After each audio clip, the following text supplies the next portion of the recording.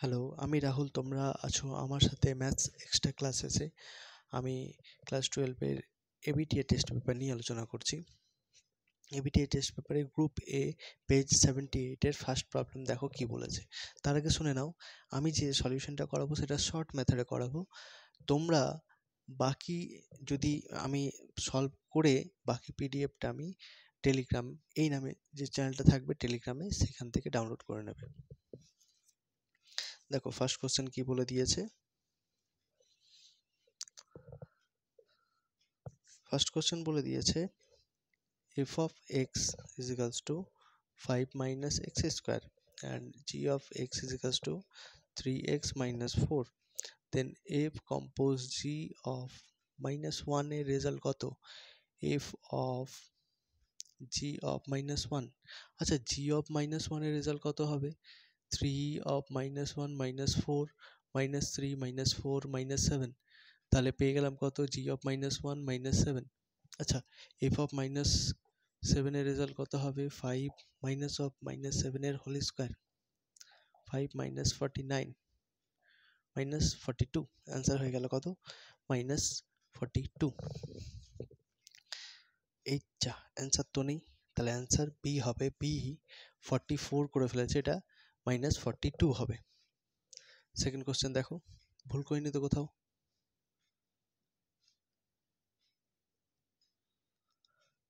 পাঁচ ও 44 ভুল তো করেছি অবশ্যই, এটা 4 হবে, তো অ্যান্সার হয়ে যাবে বি। অ্যান্সার হয়ে যাবে বি। দেখো পরের কোশ্চেন কি বলে দিয়েছে। পরের কোশ্চেন বলে দিয়েছে sine of pi by 3 minus sine inverse minus 1/2 minus 1/2। তাহলে সাইন ইনভার্স মাইনাস 1/2 হলে কত হয়ে যাবে? সাইন মাইনাস বাইরে বের করে দেবে, সাইন ইনভার্স 1/2। তাহলে সাইন ইনভার্স 1/2, সাইন কততে 1/2 হয়ে যায়? ইনভার্স থাকলে উল্টো ভাবতে হয়। সাইন কততে 1/2 হবে? সাইন 60 নয় 30-তে 1/2 হবে। 30 হলে মাইনাস 30 যদি এখানে পুট করে দিই, তাহলে কত দেখতে পাচ্ছি? Pi by 3 minus of minus 30 minus 30। তাহলে 60 মাইনাস মাইনাস প্লাস 30, তাহলে কত হয়ে যাবে? সাইন 90। মাইনাস মাইনাস প্লাস হয়ে যাবে, সাইন 90 কত হয়ে যায়? 1। 1 দেখো কোথায় রয়েছে? Answer D. পরের কোশ্চেন দেখো কি বলে দিয়েছে। পরের কোশ্চেন 3 নাম্বার বলছে নির্ণায়কে কোনো দুটি সারি বা স্তম্ভ অভিন্ন হলে কি হয়ে যাবে? মান শূন্য হয়ে যায়। এ তো খুব সোজা প্রশ্ন দিয়ে দিয়েছে, এ 0 হবে অ্যান্সার। তারপরে কোশ্চেন কি বলেছে? কোশ্চেন নাম্বার 4 বলেছে ইন্টিগ্রেশন কিছু নেই মানে minus a to a x e to the power 4 divided by 1 plus x square dx। আচ্ছা এই রেজাল্ট কত হবে? তোমাকে চেক করতে হয়, এটাকে প্রথমে ধরে নিতে হয় fx। fx এর রেজাল্ট কত রয়েছে? x e to the power x to the power 4 divided by 1 plus x square. তাহলে এটা যুগ্ম না অযুগ্ম দেখ করতে হয়। x এর পজিশনে মাইনাস এক্স পুট করলে minus x to the power whole to the power 4 divided by 1 plus minus x whole square. তাহলে এটা কি পাবো? মাইনাস এক্স ই to the power minus whole to the power 4 মানে হয়ে যাবে x to the power 4 positive হয়ে যাবে, 1 প্লাস এক্স স্কোয়ার পজিটিভ হয়ে যাবে। মানে আলটিমেট এই রেজাল্টটাকেই এফএক্স ধরেছিলাম, সেই রেজাল্টটাই ঘুরে রিটার্ন করলো। তাহলে এফএক্স সেটাই রিটার্ন করলো, এফএক্স কিন্তু মাইনাস অফ এফএক্স রিটার্ন করলো। তাহলে আমি বলতে পারবো এফএক্স একটি অযুগ্ম অপেক্ষক। অযুগ্ম অপেক্ষক অযুগ্ম অপেক্ষক হলে আমি বলতে পারবো এর রেজাল্ট শূন্য হয়ে যাবে। তাহলে অ্যান্সার দেখো, এর রেজাল্ট শূন্য কততে রয়েছে? বিতে। বি এর রেজাল্ট শূন্য। তো দেখে নাও।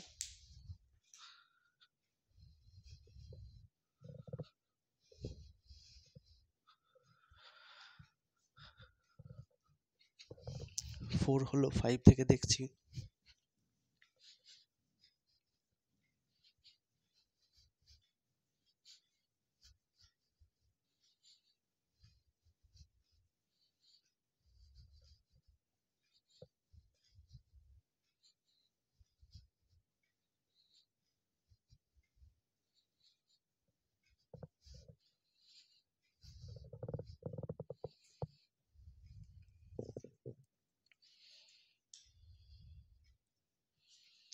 আচ্ছা 5 এর কোশ্চেন দেখো কি বলে দিয়েছে। 5 এর কোশ্চেন বলেছে x ও t এর ফাংশন, তাহলে f অফ t, y ও t এর function f of t, x কে ডিফারেন্সিয়েট করলে t এর রেসপেক্টে dx বাই dt হয়ে যাবে df by dt, and dy by dt করলে হয়ে যাবে df বাই dt। আচ্ছা এরপরে ডাবল ডিফারেন্সিয়েশন যদি করি, আচ্ছা সিঙ্গেল ডিফারেন্সিয়েশন করলে dy বাই dx এর রেজাল্ট কত আসবে, dy বাই dx এর রেজাল্ট আসবে, আচ্ছা এখানে কেন, এখানে করি, dy বাই dx এর রেজাল্ট আসবে dy by dt into dt by dx। এটা যদি উল্টে দিই তাহলে কত হয়ে যায়, dy by dt divided by dx by dt। এটাকে x এর রেসপেক্টে ডিফারেন্সিয়েট করব, এটাকে x এর রেসপেক্টে ডিফারেন্সিয়েট করা মানে রেসপেক্ট টু x, তবেই এই সাইডে d অফ dx এই অপারেটরটা চাপবে, আর রাইট সাইডে যে অপারেটরটা চাপবে সেটা d অফ dxই বলবো, কিন্তু d অফ dx এর জন্য এটাকে তো ডিফারেন্সিয়েট করা যাবে না, তার কারণ হচ্ছে এই ফাংশনটা t এর আছে। তাহলে পরের লাইনে কি করতে হবে, এটাকে পরের লাইনে d অফ dt করতে হবে, dy by dt whole divided by dx by dt and dt by dx করতে হবে।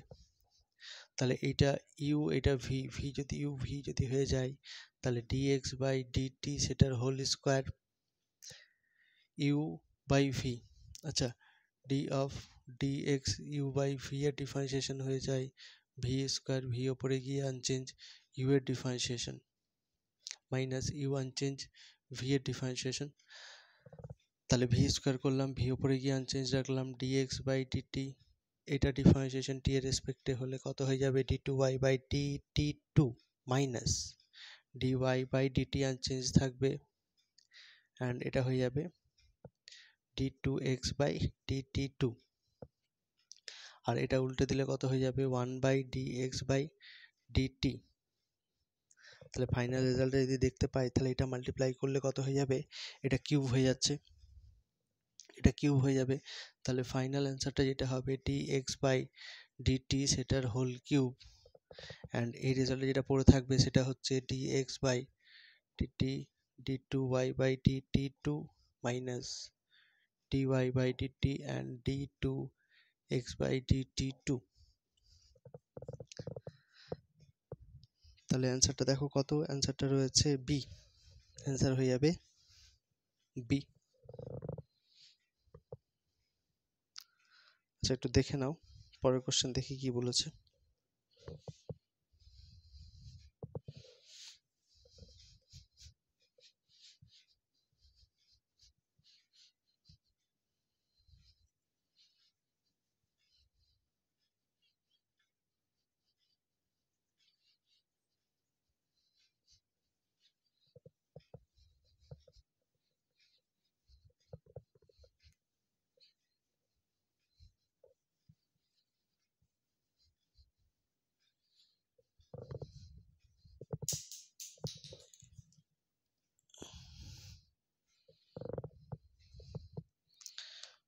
পরের কোশ্চেন হচ্ছে 6 y is equals to mx plus c, এটাকে 1 টাইম ডিফারেন্সিয়েট করলে কি হবে dy by dx is equals to m, and second time differentiate করতে হবে মানে করাটা বাধ্যতামূলক, কারণ দুটো অনির্দিষ্ট ধ্রুবক রয়েছে, তাহলে এটা হয়ে যাবে কত 0, তাহলে এর অবকল সমীকরণ বের করতে বলেছে, অ্যান্সার হয়ে যাবে আমার সি। আচ্ছা পরের কোশ্চেন দেখো কি বলে দিয়েছে, পরের কোশ্চেন 7 বলে দিয়েছে ফাংশনটা রয়েছে 0 to 2 to r real number, then find করতে বলেছে fx is equals to x cube minus 3x। আচ্ছা অপেক্ষকটি ক্রমবর্ধমান মানে হচ্ছে ডেরিভেটিভের রেজাল্ট প্রথমে বের করতে হবে, 3x স্কোয়ার মাইনাস 3 আচ্ছা, একে যদি ডেরিভেটিভ করি, এই ডেরিভেটিভ করলাম, এই ক্রমবর্ধমান মানে কি হয়ে যাবে, এফ ড্যাশ এক্স এর রেজাল্ট গ্রেটার দেন জিরো মানে হয়ে যাবে 3x² - 3 গ্রেটার দেন 0, 3 কমন নিলে x² - 1 গ্রেটার দেন 0।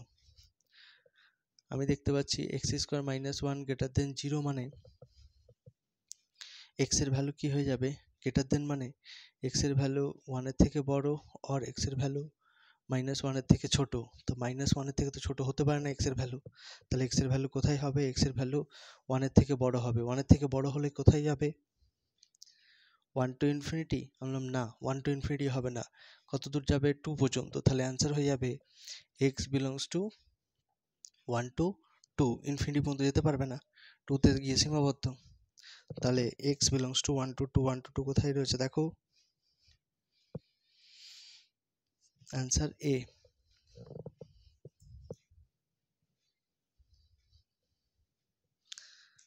আচ্ছা, একটু দেখে নাও।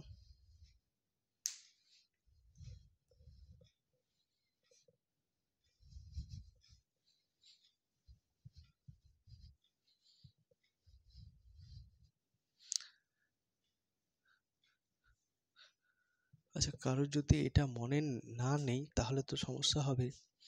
x² - 1 গ্রেটার দেন 0 কী করে আসলো, এগুলোর ফ্যাক্টরগুলো বের করতে হয়, x + 1 x - 1। এরপর বাস্তব লাইনে যেতে হয়, x এর ভ্যালু দুটো পায়, এগুলো মনে মনে 0 ভাবতে হয়। x + 1 = 0 মানে x = -1, আর একটা x - 1 = 0, x = 1। তাহলে একটা পয়েন্ট পেলাম -1, একটা পেলাম 1।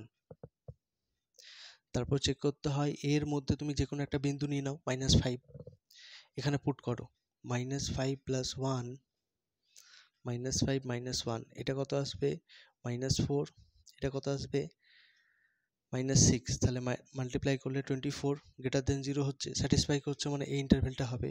ওই জন্য লিখেছিলাম দেখো x < -1, x এর ভ্যালু -1 এর থেকে ছোট। আচ্ছা, -1 থেকে 1 এর মধ্যে যে কোনো একটা পয়েন্ট পুট করো, পুট করলে কত হবে, 0 + 1, 0 রয়েছে, 0 পুট করলাম, অ্যান্ড 0 - 1, তাহলে 1 × -1, তাহলে -1, সেটা গ্রেটার দেন = 0 নয়, ওই জন্য এই ইন্টারভ্যালটা পাচ্ছি না। আবার একই রকমভাবে এতে 1 এর থেকে বড় একটা পয়েন্ট নিয়ে নাও, 10 পুট করো, 10 + 1, 10 - 1, 11 × 9, 99, গ্রেটার দেন 0, স্যাটিসফাই করছে। তাহলে এখানে বলেছিলাম x গ্রেটার দেন 1। অ্যাকচুয়ালি এটা মনে রাখতে হয় এইভাবেই, বড় হলে দুটো বিন্দু পাচ্ছি, তাহলে যে দুটো বিন্দুর মধ্যে বড় কে, এটা বড়র থেকে বড় হবে অ্যান্ড ছোটোর থেকে ছোট হবে, এটাই হবে তার সমাধান। দেখে নাও।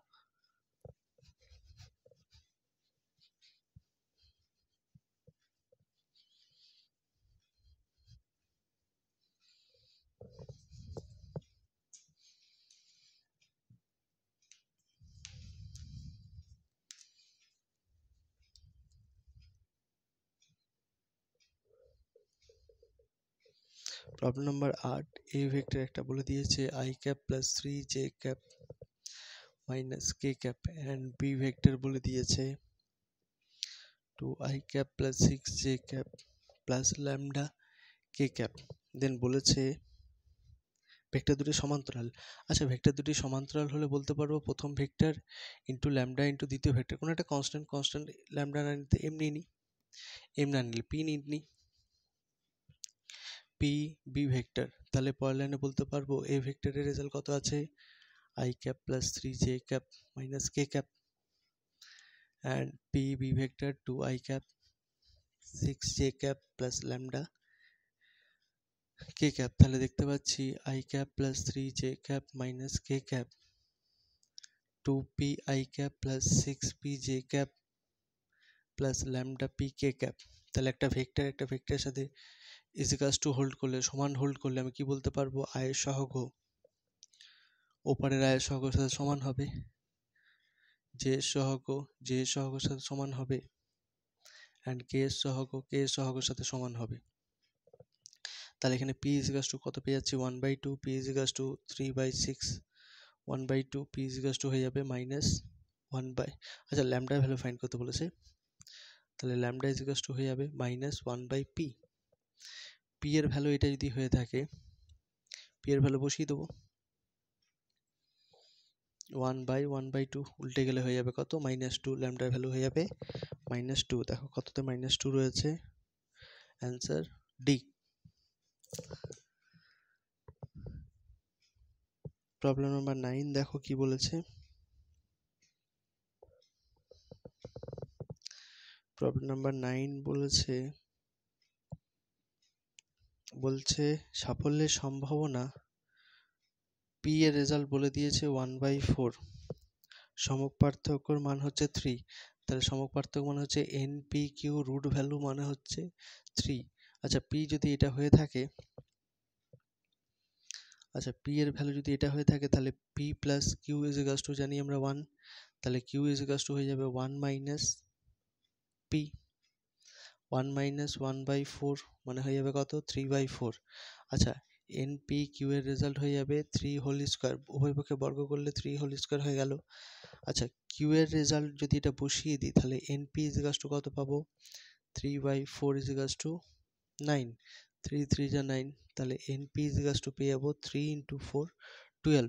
আর আমাকে বের করতে বলেছে গড়, NP মানেই হচ্ছে গড়, তাহলে NP আমাকে বের করতে বলেছিল, তাহলে রেজাল্ট কত হয়ে যাবে, অ্যান্সার হয়ে যাবে আমার সি। 9 10 করা জায়গা নেই, 10 করার জন্য বোর্ডটা ক্লিয়ার করতে হবে। দেখি একটু পরিষ্কার করে নি, তোমরা পজ করে দেখে নেবে।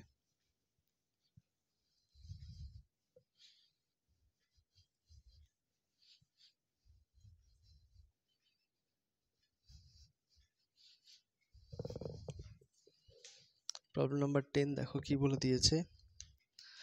এ বি ঘটনা তিনটি পরস্পর পৃথক এবং সম্পূর্ণ। পৃথক এবং সম্পূর্ণ হলে বলা যায় probability of A plus probability of B plus probability of C is equals to 1, and এখানে বলে দিয়েছে probability of A is equals to 3/5, B is equals to 1/6, probability C চেয়েছে, কত সোজা দেখো। probability of C এর রেজাল্ট হয়ে যাবে 1 minus 3/5 minus 1/6। 5 আর 6 লসাগু 30, 5 6 30, 30 গুণ করে দেবো, 5 6 6 3 18, 6 5 30 মাইনাস 5, 18 আর 5 হয়ে যাবে 23, মাইনাস করলে 7/30 হয়ে যাবে অ্যান্সার। অ্যান্সার দেখো 7/30 কোথায় রয়েছে, এ, তাহলে অ্যান্সার হয়ে গেল এ। চলো টাটা, পরের দিন দেখা হচ্ছে।